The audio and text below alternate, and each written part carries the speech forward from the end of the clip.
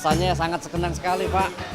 Soalnya yang pertama kali itu sudah datang, ini yang kedua kali. Kita kemarin itu berharap-harap datang.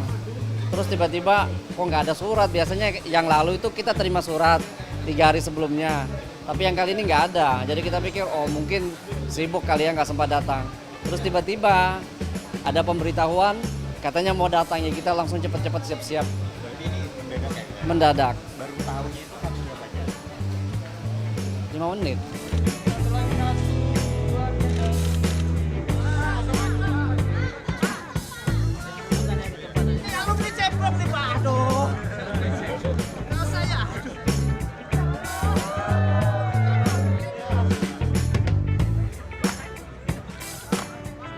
Alhamdulillah bahagia banget Pak.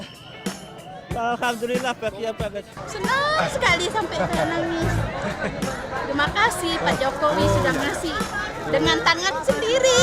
Saya mengucapkan semoga Bapak Presiden selalu diberi kesehatan dalam memimpin negara kita ini dan semoga dengan perpindahan ibu kota baru ini kami sebagai rakyat Kalimantan, warga Kalimantan sangat mendukung.